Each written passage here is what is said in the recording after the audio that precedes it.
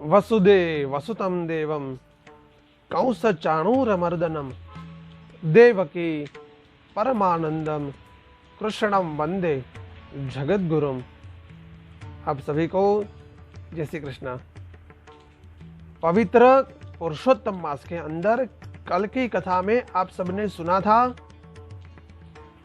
कदरी ब्राह्मण उसकी मृत्यु हुई। यम के दूतों ने यमराजा के समक्ष उसको प्रस्तुत किया। चित्रगुप्त ने देखा, अरे इसका तो कोई भी पुण्य नहीं है और इसने तो असंख्य पाप किए हैं, चोरी की है, सबका विश्वासघात किया। तब यमराजा गुस्से में आकर बोले, इस ब्राह्मण को आप वानर योनि में डालो, इसको प्रेत योनि में डालो। यहां तक की कथा आप सबने कल सुनी थी। आज की कथा में वे लोभी ब्राह्मण पहले तो लंबे समय तक प्रेत योनि के अंदर भटकता रहा और उसके बाद फलों की चोरी के कारण दूसरे जन्म में कालांजर पर्वत के अंदर देवों को भी दुर्लभ मृग तीर्थ नाम के कुंड के पास उसका जन्म हुआ और उसको योनि मिली वानर की। वो बंदर योनि में उसका जन्म हुआ। नारद जी ने पूछा, हे प्रभु, वे ब्राह्मण ने तो असंख्य पाप किए थे, फिर भी तीनों लोकों को पावन करने वाला मृग तीर्थ कुंड, ऐसा तीर्थ उसको प्राप्त हुआ। हे प्रभु, उसने से कौन से पुण्य किए? ऐसे उसके कुछ पुण्य तो मैंने कथा में सुने नहीं। मैंने तो यही सुना कि उसने बहुत सारे पाप किए। फिर भी प्रभु, आप मेरे ऊपर समस्त लोक के कल्याण के हेतु आप बताओ कि उसके किस पुण्य के प्रताप से उसको इतना तीर्थ स्थान प्राप्त हुआ और उसमें इस मृग तीर्थ कुंड में उसका जन्म हुआ।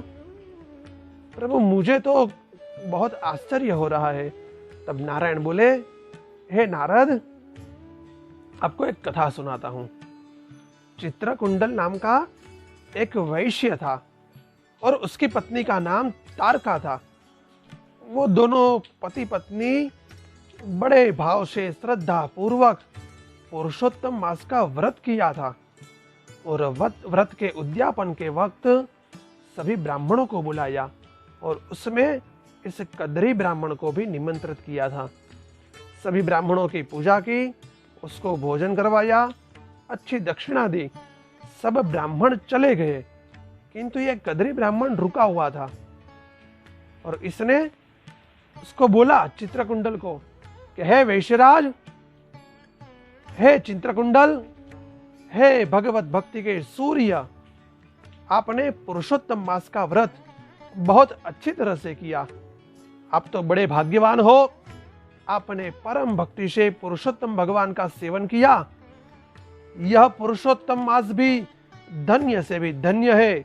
धन्य है इस पुरुषोत्तम मास को, धन्य है आपकी भक्ति को, जिसके सेवन से, जिस पुरुषोत्तम मास की पूजा से मनुष्य इसलोक और परलोक का फल प्राप्त करता है। इस तरह वह कदरी ब्राह्मण चित्रकुंडल की प्रशंसा करने लगा और धन के लोभ से अनजाने में ही इस पुरुषोत्तम मास की स्तुति करने से उसको मृग तीर्थ जैसा स्थल प्राप्त हुआ। सोचो तो सही, अनजाने में ही धन के लोभ के कारण उसको ऐसा तीर्थ प्राप्त हुआ। हम भी जहां भी हैं, हमको जैसा भी प्राप्त हुआ है, वो सब हमारे कर्म के अधीन हमको मिलता है। इसीलिए कभी भी ज्यादा मिले, अच्छा मिले, जो मिले उसमें कभी भी भगवान से शिकायत नहीं करना। जो मिला उसमें भी खुश, जो न मिले उसमें भी खुश। जे हरि करशे ते मम हितनु, ए निश्चय भूलाय नहीं, ए भरोसो जाय नहीं। हरि श्री कृष्ण जो भी करेंगे हमारे लिए, वो वो सब अच्छे के लिए ही है, किंतु भगवान के ऊपर इतना भरोसा तो होना ही चाहिए। हम गाड़ी में जा रहे हैं, ड्राइवर मस्त से गाड़ी चला रहा है और आप बैठे बैठे या मोबाइल में बैठेंगे, गेम खेलेंगे, इधर उधर देखते रहेंगे या फिर सो जाएंगे। आपको अपने ड्राइवर के ऊपर भरोसा है कि नहीं कि ये गाड़ी बराबर लेके जाएगा, ये इधर उधर कहीं भी ठोकेगा नहीं?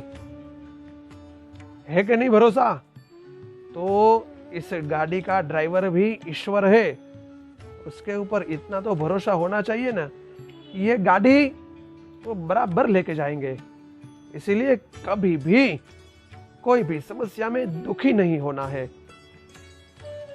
ये वानर को, सभी को भगवान राम के आशीर्वाद से, भगवान राम ने आशीर्वाद दिए थे कि सब वानर जहां जाएंगे उसको कभी भी फल और फूलों की कमी नहीं होगी।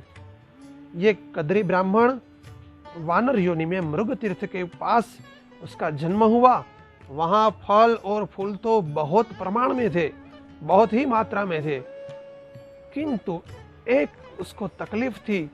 मुंह के रोग के कारण वो कुछ भी खा पी नहीं सकता था, मुख के अंदर कुछ डाल ही नहीं सकता था, क्योंकि ऐसा रोग हुआ था उसको।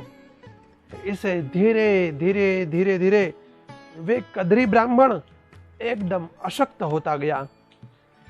एक बार हुआ ऐसा, भूख से अशक्त होने के कारण एक पेड़ के ऊपर से दूसरे पेड़ पर जा रहा था, तब वो डाली हाथ में नहीं आई और जमीन के ऊपर नीचे गिर गया और वहां से उसको कोई उठाया नहीं उसको, और बस वहां ही बैठे बैठे अपने किए हुए पापों को याद कर भगवत स्मरण करता रहा और अत्यंत दुखी हो गया। ऐसे ऐसे धीरे धीरे वो बहुत ही दुखी हुआ। कुछ खा पी तो सकता नहीं था, किंतु कुछ खाए पिए कुंड के पास ऐसे ही बस पड़ा रहता था। किंतु उस समय पुरुषोत्तम मास चालू हुआ और पुरुषोत्तम मास के अंदर उसने 3 दिन इसी तरह उपवास किए और भगवत का धाम प्राप्त हुआ उसको, क्योंकि निस्तेज था, भूखे प्यासे कितने दिन जिएगा। धीरे धीरे उसकी मृत्यु हुई और ऐसी अवस्था में उसको भगवत कृपा से दिव्य शरीर प्राप्त हुआ और भगवान के दूतों, विष्णु दूत उसको लेके गए। ये कद्री ब्राह्मण ये देख सब आश्चर्यचकित हो गया और सोचने लगा, मेरे जैसे पापी और दुष्ट बुद्धि वाले को ऐसा दिव्य शरीर कैसे प्राप्त हुआ? मेरा ऐसा कोई पुण्य तो है नहीं कि श्री हरि का पद प्राप्त हो। पुण्यशील और सुशील नाम के विष्णु दो थे। वो बोले कि हे ब्राह्मण, आप गोलोक में पधारो। कद्री बोला, हे दूतों, मैं महालोभी, पापी, धर्म विरुद्ध आचरण करने वाला, जितने तारे आकाश में है, जितने सर पे बाल है, उतने असंख्य पाप मैंने किए हैं, तो मुझे ऐसा दिव्य शरीर प्राप्त कैसे हुआ? तब विष्णु दूतों ने कहा, जब आप वानर योनि में थे, आपको मुंह का रोग हुआ था, इससे आप कुछ खा पी नहीं सकते थे और आपसे अनजाने में ही पुरुषोत्तम मास का व्रत हो गया और उसके प्रभाव से, उसके पुण्य के प्रभाव से आपको ये दिव्य शरीर प्राप्त हुआ। इस तरह अनजाने में ही किया हुआ व्रत से कद्री ब्राह्मण को भगवान का धाम प्राप्त हुआ। तो सोचो, हमको भगवान का गोलोक धाम अवश्य प्राप्त होगा, क्योंकि हम तो इस पूरे मास के अंदर पूरी भक्ति से, पूरी श्रद्धा से कथा श्रवण की आप सबने, इसलिए निसंदेह भगवत धाम प्राप्त होगा। इसी के साथ इस अध्याय को भी हम यही विराम देते हैं। इति से बृहन्नारदीय पुराणे पुरुषोत्तम माहात्म्ये अष्टाविंशतितमोऽध्यायः। बोलो पुरुषोत्तम भगवान की जय। अस्तु। जय श्री कृष्ण।